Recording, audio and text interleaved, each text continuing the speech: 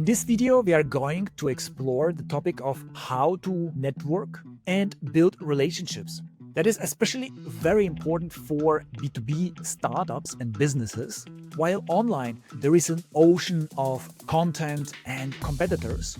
But if you meet people in person, you can establish a total different relationship with those people.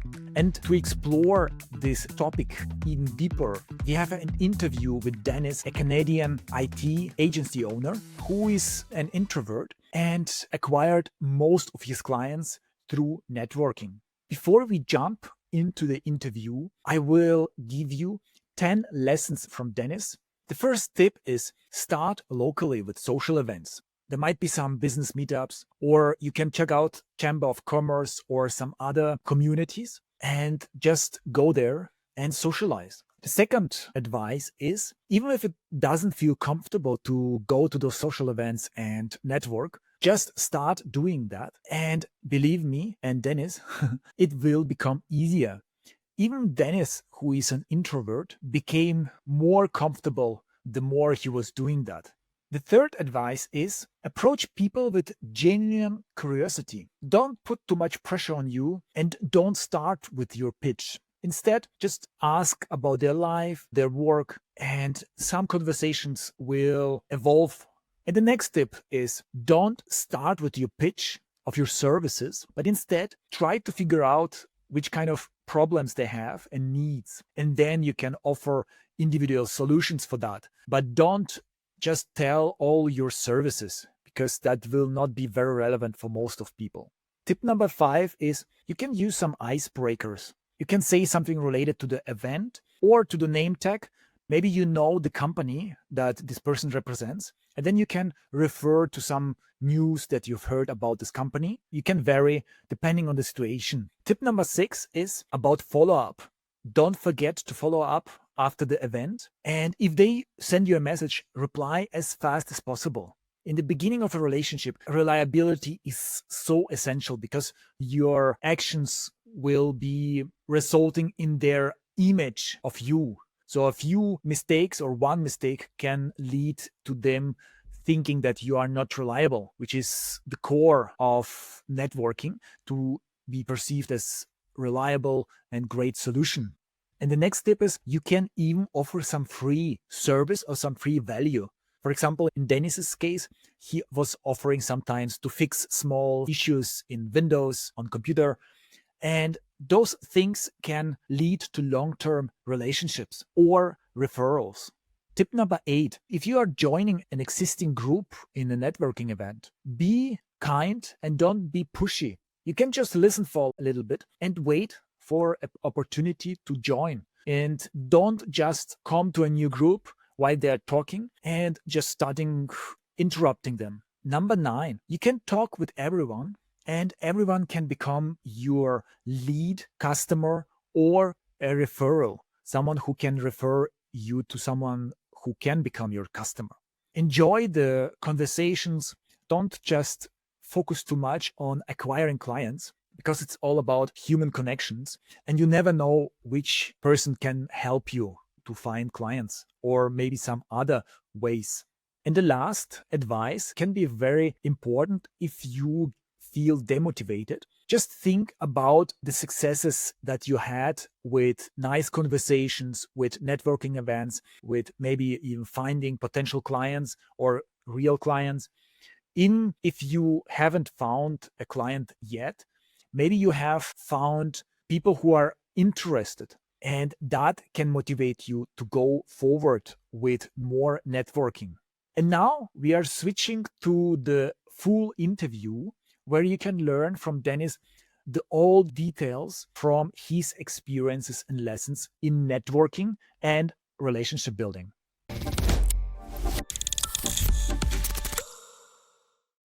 Could you tell me a little bit about why you think networking and building relationships is so important for B2B businesses? Yeah.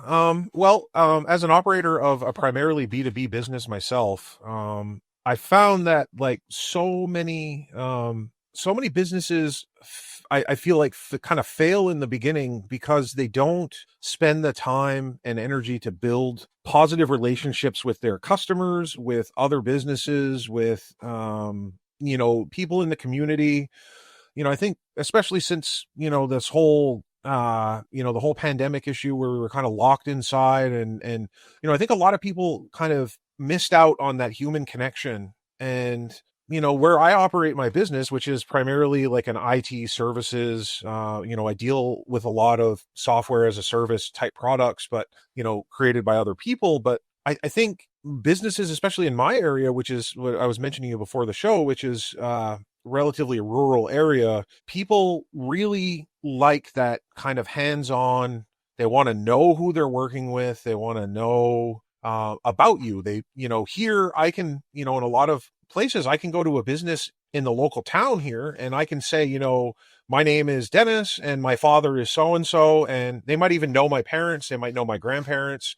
It's a very small town. I also deal with, I've been in IT for 20 odd years now. And I spent a lot of time working in voice over IP and telecom stuff. And I worked with companies all over the world, but the niche was still relatively small. I worked for various different vendors and we saw a lot of customers move from one vendor to another. And what I found is that people are extremely loyal to the people that they work with. I've seen customers leave one vendor to go to another vendor simply because their favorite tech support or salesperson or someone moved from one company to another, right? I've seen so many people move around, and people, although the business itself, you have loyal people to the business, like, big companies like IBM, they have their loyal customers, and there's, HP has their loyal customers, whatever company you're talking about, they will have their loyal customers, but a lot of times customers get kind of attached to the people that work at those companies, right? And I spend a lot of time with my business working with local organizations, business organizations locally, things like employment services groups, chambers of commerce, things like that. And they're all very hands-on, they're smaller groups, so they like to get to know the people. One of my customers, he loves to just send me a text message when he needs something, right? He wants to send me, I run this business on my own. I'm by myself, right? So I am my business in most ways, but so my brand is just as much myself as it is Southwest Tech Solutions. But some of my customers like to text me directly instead of sending an email or opening a ticket or whatever. They want to text me and just say, hey, can you help me out, right? And those relationships are really worth their weight in gold, because I deal with these people directly so often. When they think of somebody that needs help with technology or whatever, for some of them, my name is the first one that kind of comes up, right? I think for many business to business customers, it's not about saving a little bit of money, but it's about trust, and it's about if they work with a wrong company, the money they can lose is much higher than what they save on the monthly fees or like a one-time fee. Trust plays a huge role, I think, and that's why networking is so huge, so important. And with internet, you don't see who is behind many of those companies, especially startups. It can be everything. Maybe there is a very difficult person to deal with. Maybe there is a scammer. So if you network together, if they see your face, if they talk with you, they find you simpatico, then you are suddenly above all of those gray matter out there, kind of all of those companies, anonymous companies.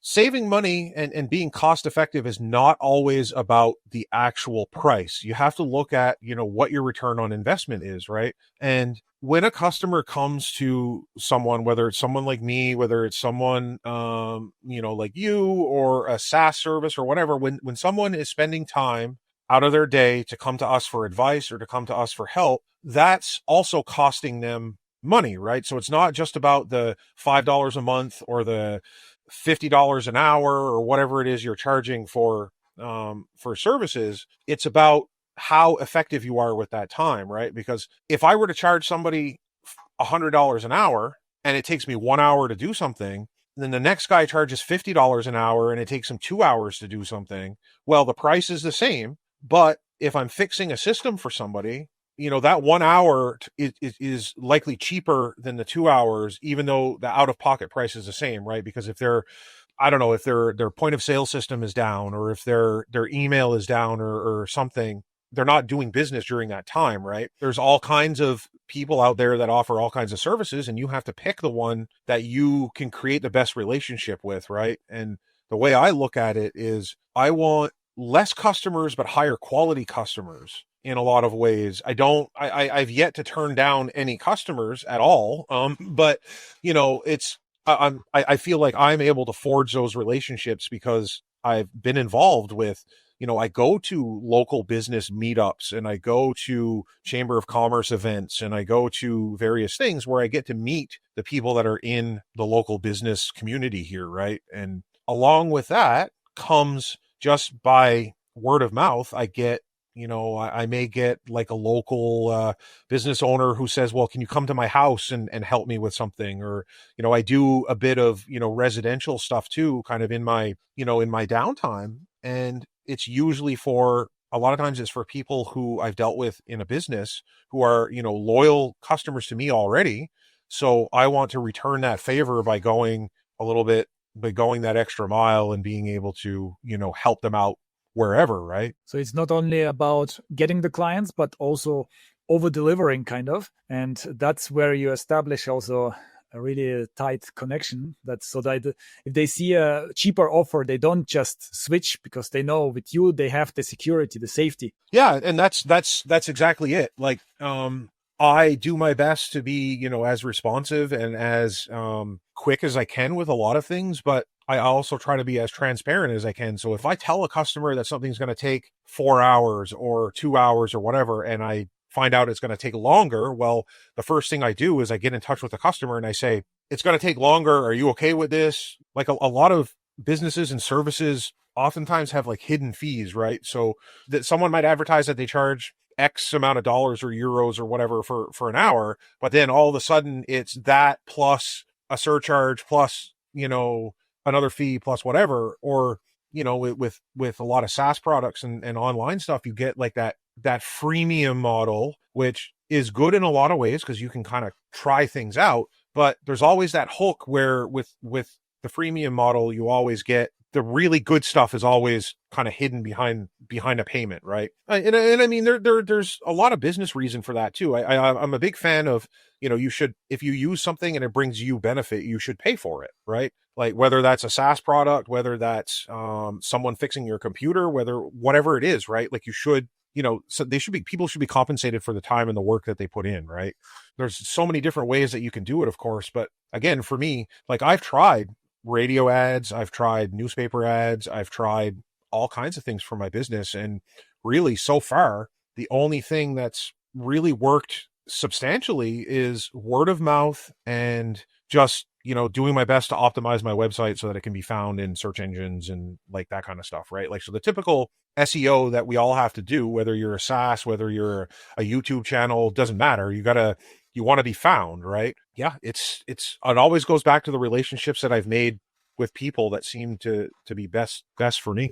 Yeah, the website is not to acquire probably new clients, especially in your case. Maybe for some, if they have a lot of budget for SEO, because SEO for generic terms is very competitive, and you have to invest really a lot of money and you need a lot of know-how. But if they are already heard your brand, then they search for that, then they find your website, and then they see, okay, there is someone professional, looks professional, there is some information, okay, it's relevant, okay, I will contact them. Yeah, and that's exactly. I've had a couple of customers find me through search engine referrals.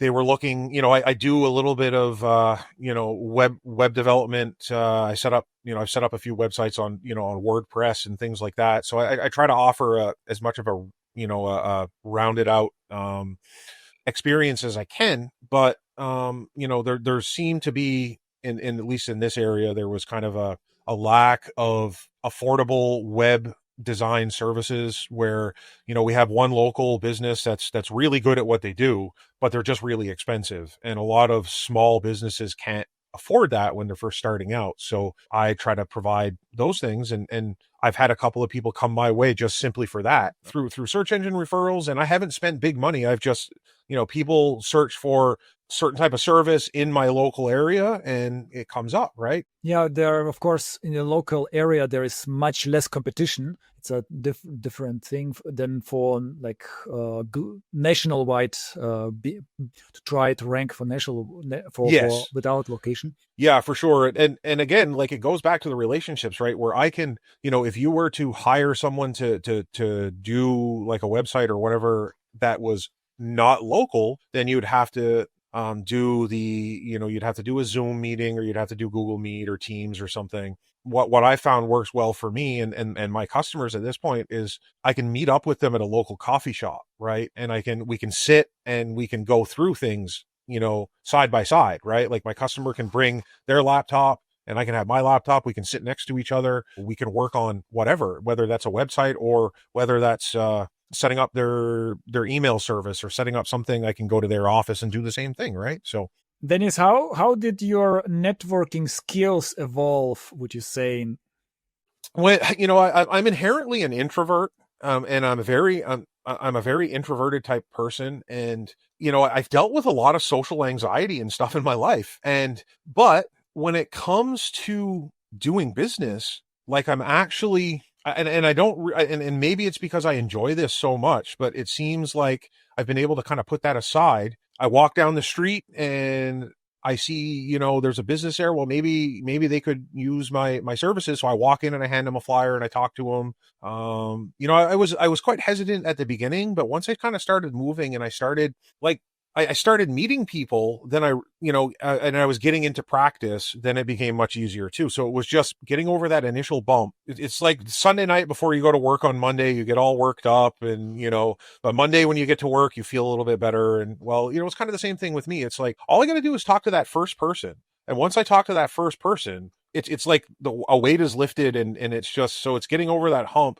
Wherever I go, any kind of event, any kind of, I walk down the street, I generally see somebody that I know, or, so it's, when I go somewhere now, there's almost always someone that's familiar with me. So it's not always walking into a room full of strangers, right? Yeah, I know this feeling. You go to a social event and there are 100 people and everyone is already talking in groups, and you feel like, okay, how do I conquer this whole group of people? But then you start with a small group of people, and then you realize oftentimes, at least in my case, oh, it's actually nice. It's a nice conversation and it's fun. And then it becomes easier.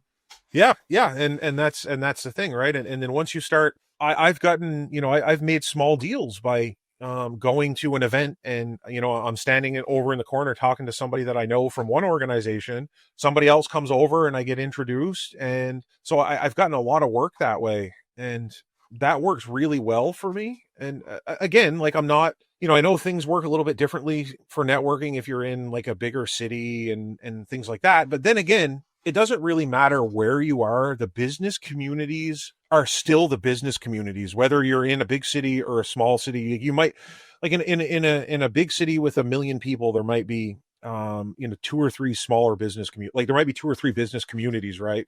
Like once you kind of get yourself integrated into one or more, then, it's not a whole lot different than, a smaller town or whatever. It's just, and they're all people too. That's the big thing to keep in mind, is everybody is just a person, right? And we're all just people. We start at the same place and we end at the same place. I think if you work purely online, you forget about that you are actually dealing with humans on the other side.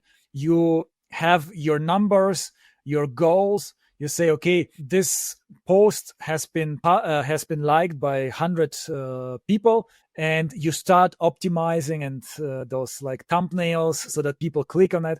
But in the end of the day, and then you can lose this connection with that they are actually humans. You can trick them into clicking certain things, or you can trick them to do certain things quickly, but you are not going to establish a relationship. And that's an important lesson to understand, that you are talking, even if you have like 100 views on your YouTube video, it still be 100 human beings. If you compare it with a whole room of 100 people, then you realize, oh, actually it's already a pretty big audience.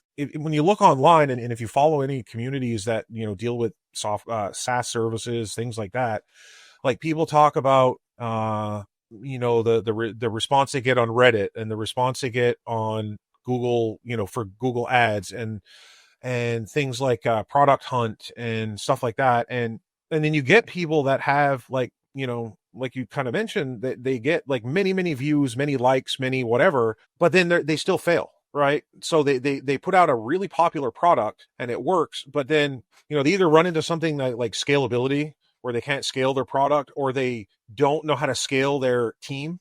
You might have like a solo dev who's putting out a SaaS product, and then all of a sudden it gets popular, but that solo dev isn't equipped to hire a support person and to hire, an admin person to just do some of the basic things and whatever, right? There's a lot of benefit in, like, we're all kind of chasing the startup dream in a lot of ways, where, you release a product, it goes viral, and a year later you sell it for $10 billion, right? We're all chasing the unicorn, but which is fine. There's always going to be people chasing that. But there's, again, I'm going completely the other way. I'm building a business much slower. I'm building it based on what I can, the amount of work and the amount of things that I can handle. And I think if more SaaS, if more SaaS products and more entrepreneurs would kind of take the time to, again, network directly with the people that are going to be using their products, and network with other people that are in kind of the same space, right? And because you always get this feeling like, oh, well, there can only be one. Like, a lot of people think that, my product's not going to be successful, or my business won't be successful if I'm not number one and the only one. And, I think there's a lot of value in forging relationships and partnerships with other businesses in the same space. Like, one of my best friends runs a business almost exactly like I do. He's been doing it for much longer, but because he's well established, there's a lot of things that, like, he either doesn't have time for, or he just really he's not that interested in. He will send it my way, and he'll say, hey, I got this customer coming up, are you interested in it? Or I've got a side project that I don't have time for. So I've gotten a lot of work simply from, networking with other people, and, with other people in the same area. So it's not only about getting clients. You never know how you can profit from this person that you met, that you establish relationship. There is a big group of people who has a lot of time on their hand, and they will like everything and they consume the content. But maybe your target audience as a software, as a startup, as a SaaS startup or a general startup, maybe it's not this person who is just playing around. Maybe it's a young guy, high school, university. Maybe it's someone who is very busy and he is not among those likes. So it can be also very misleading, because everything is so anonymous, and a like doesn't cost anything to do. But as soon as you start asking for money, then you realize, oh, there is actually all those viral posts and stuff. They don't actually lead to real sales, because I don't know who actually saw those posts. And with real life humans who go to social events or who you talk with, that's different level of, you understand whether he's your target audience. You understand, you learn so much what he wants, what is his concern. Many things of like concerns you cannot read out of those likes or clicks. You can read between the lines sometimes, and even like with emotions, they already can say you so much. Do you have some lessons that you learned? What you shouldn't do, what you should do? Do you have some situations in the past, in the beginning of your networking career, where you now later on realize, oh, that's was a mistake, I should have done it differently? Yeah, I've learned all kinds of lessons over the past year or so, and one of them is each person is different, and a lot of salespeople would know this, but I'm not generally a salesperson. So like everybody kind of has their own style. So, something that, like, some people you can go straight up to them and say, this is what I do. I do A, B, C, and D. I can do it for you like this. They know exactly what they want. You don't need to sell them anything. You just need to have what they want, right? And then there's other people where you've got to do more of the selling. You got to sell yourself. You got to sell, because you have the people that don't care what product, whether you're using, say, Google Workspace or you're using Microsoft 365 for something. A lot of people don't care what product they have. They just want, what you need to do is you need to go in and you need to know what requirements they have, what pain points they have. So when you're meeting these people, just going out and start saying, I can do this, and kind of rattling off everything that you can do is really not a good way to start, right? Like, unless you're doing business promotion in the speed dating style or something, right? The thing that I learned the most, and I kind of knew this over the years, but it never really hit home until I started my business, was how much you have to listen to the people that you're working with. Like, because it's not, when a customer says, I have XYZ as a problem, okay, that might be the symptom, but what's the real problem? What is causing, why are they losing sales, or why are they swearing up and down the, when they open up their whatever application it is? Why do they really hate Microsoft 365 or Google Workspace or their accounting program? Like, why is it, do they really dislike that program, or is there like a specific pain point that needs to be addressed, or multiple, and that's one of the things that towards the end of, before I started my business, I was doing a fair bit of like project work deploying voice over IP systems for fairly large companies. And during the process, our sales teams would go in and sell all the things and whatever. And then after it would get to the project team, once we actually had to start designing the systems that the salespeople sold, is kind of when you started to realize, like, okay, they were sold something, but that's not really that doesn't address the issues that they really had, right? So yeah, you can sell someone a new application, new SaaS, but if it doesn't actually address the problems and they still have the same problems, all you're going to end up with is a customer that's frustrated with another platform. The biggest lesson learned is really just listen and try to understand what the actual issues are, and don't be afraid to ask questions.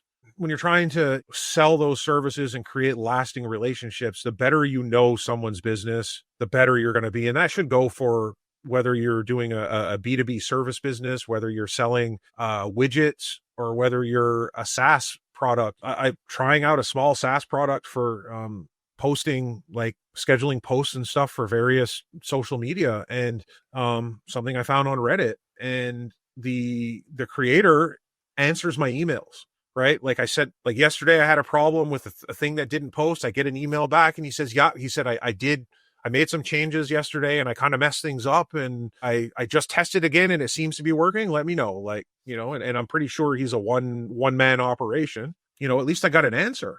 And that's the other thing too. Answer your emails. Like, there's some businesses that really, like, just, they don't answer. You send them an email and they don't answer. You send them another email and they don't answer. And it's frustrating, so one of the lessons I've learned with that is, I don't care if I have to be up till midnight every day answering emails. I'm gonna answer everybody's email within a respectable amount of time. Yeah, you have few interactions with your prospects and clients, and they measure you on those few interactions. So if there is some weakness, and maybe they have 5, 4, 3 interactions, and one weakness, it's already 10, 20, 30% of their whole interactions. And that makes a huge point on their opinion about you. So even smaller things are very important. How do you network? So you go to a social event, and how do you decide whom to speak with, except those who you know already? And how do you decide to leave and go to the next person? I'll usually gravitate towards somebody that I already know. Of course, we generally, like, I think people do that in general. But again, now that I've formed some of these relationships, a lot of times, I'll get introduced to new people from these people that I already know. But as my confidence grows to kind of speak to other people, my confidence in myself and my business grows, because I think we're all a little bit self-conscious and a little bit apprehensive with that stuff at first.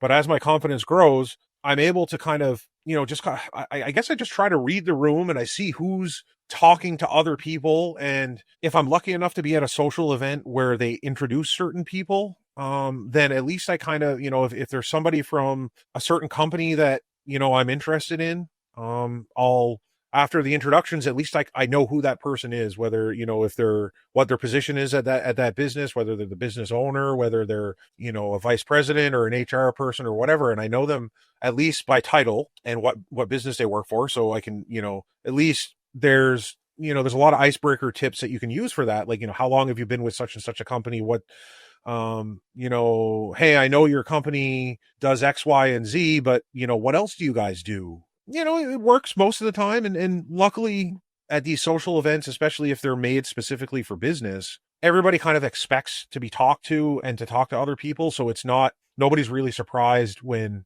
you go up to them and introduce yourself. And a lot of times I just try to, if I'm at a social event that's not necessarily a business event, like I try to just talk to people as best I can.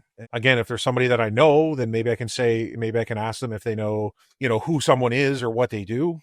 It's a hard thing to give advice, because those are the things that have worked for me. And again, being in a smaller town, there's a lot more people that I know than say if I was in, but if you can find that common ground. So if you go to an event where doesn't matter whether it's some kind of club or some kind of sporting event or some kind of, business networking event, if you can find those common points that you have, even if it's not, directly related to what you do, but you find some commonality that you can talk about or that you can bring up, then usually that's a good way to go. How fast do you move away from a person?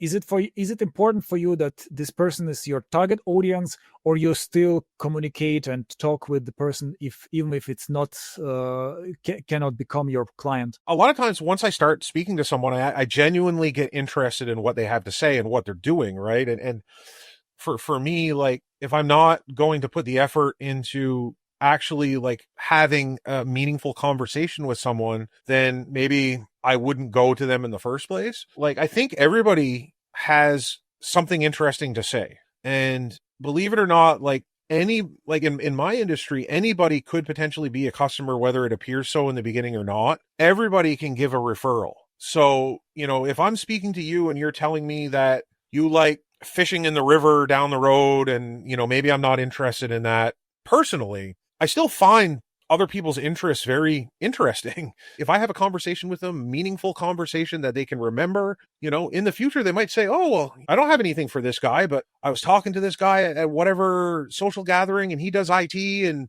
why don't you give him a call? He could help you out maybe. Networking, again, is not always about only targeting people that you think you can quickly become a customer, I give away free advice all the time. I've helped out, couple of people on Facebook that I knew that had problems with their computers and things that, like, and maybe they didn't, people have helped me out. I got people that religiously share my content and comment on things and engage with my stuff, and so I think paying it forward in that way works well too. And even if it doesn't bring you like direct cash flow, at least it makes you feel good and it brings you good karma, and you're doing something for someone to help them out, right? And it's probably also more fun to network without this pressure of only selling and just trying to get clients. And that's the thing. Like, I don't have a problem having conversations and meeting new people as much as I used to. Like, I'm getting much better at that. But for me, it's where I find it really tough is to cold calling. And I can walk into a business and promote myself. Like, I can do that. It's just, a lot of times that doesn't result in the outcomes that we would necessarily want. It doesn't result in anything bad, but it's just, you don't get that return on investment. You spend that time and they're just like, oh, well, it's another salesman walking in the door and trying to sell his products. Whereas, when you network and you meet people get to know you. And it's also good because there are situations where I may not be a good fit for the customer, and the customer may not be a good fit for me either, right? And they may have an agenda that I don't fit in, or they may have needs that I can't provide, which again, that's a whole other thing. But I'm also a big proponent of, if I can't provide you what you need, I'm going to do my best to find somebody who can. So I've been networking with other businesses. I have a gentleman that specializes in certain areas of cybersecurity. He owns a small business. He's out in Ontario, so he's quite a ways away from me, but he can help. I can help him. I got my friend who runs a business. What it boils down to in the end is it's all about the people. Doesn't matter really where you are or what you're doing. Somebody created the product. Somebody sells the product, somebody services the product, somebody buys the product, somebody uses the product, whatever it is. When do you realize the conversation is over and you want to move on to a different person? And how do you do that? That is something I do struggle with. I've never been the greatest at reading body language and things like that. But again, now that I'm kind of getting out of my shell a little bit, I'm learning a little bit more. And sometimes people will just say, hey, it was nice talking to you.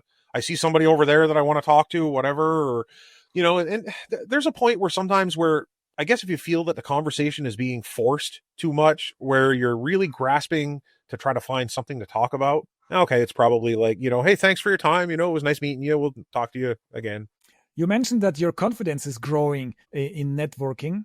Is there anything else what you did that increased your confidence besides just practicing networking? Like looking back at the successes and then kind of going back and looking back over the years to see what, the different successes I've had while I was working for other people and the different relationships that I've forged. I recently had a former coworker reach out to me to, ask me some advice on starting up a business because he was kind of in the same boat. That's like, when I see people doing that, reaching out to me, it kind of reinforces that, I know what I'm doing. I know my industry. I've been doing this for 20 odd years. So now that I look back and I actually really look at that, like it boosts my confidence even more so to be able to talk to other people about what I do, right? You have done many networking events. Have you seen things that other people do that you don't like, that you would recommend? I've probably seen a few things. Yeah. I mean, I haven't experienced too many like bad things. I guess, I've worked with a lot of salespeople in my day, and I find that, like, in a lot of ways, some salespeople can be extremely pushy, and those are the things that I don't like. So I guess if I'm at a social event, I see someone there really pushing hard and like kind of like, and I've seen this a couple of times where a salesman is kind of like listening into conversations that other people are having, and then they kind of like run over and try to like interject themselves in the middle of a conversation. And those are the things that kind of turn me off from certain types of people. Once you get talking to someone and you find out what they're all about and what they do, then there may be an opportunity to start talking about what you can offer them and what you can do. But there may not be. Like it's all, and again, it's all subjective. So there's no real, people sell courses on how to sell everything to everybody. And I've never been a fan of that stuff. Like, I find like you got to do it your way. You got to find out what works for you, and just be a good person, and don't interrupt people, and don't butt into conversations that aren't there for you. Don't try not to be annoying. Yeah, probably one other thing is talking too much and listening too little. Yeah. And that is one thing that I've always struggled with. Cause I am, as you can tell, I'm a talker, and, when I get going, so, Maybe you should start a podcast. Yeah, actually, I've thought of it. I've been on a couple of podcasts in the past, so it's not unfamiliar to me. Awesome. Yeah, Dennis, it was so much pleasure to listen to your authentic and honest opinion about networking. I really enjoyed it. If you'd like our listeners and audience to visit your website or LinkedIn profile, we can add it into our description below. What would you say to our audience? Would you like them to do certain things, or would you just, Well, I'd love our audience to visit my website, swtechsolutions.ca. You can search for me on LinkedIn and, check me out. you'll know you've got my website. There's a big picture of me on the front page. So, and I'm, as I mentioned in the show here, I'm anybody has any questions, I have a newsletter on my website that I'm going to start sending out soon. So if anybody's interested, they can sign up for that. And if anybody has any questions, by all means, feel free to reach out. I don't mind answering tech questions by email or whatever. Amazing.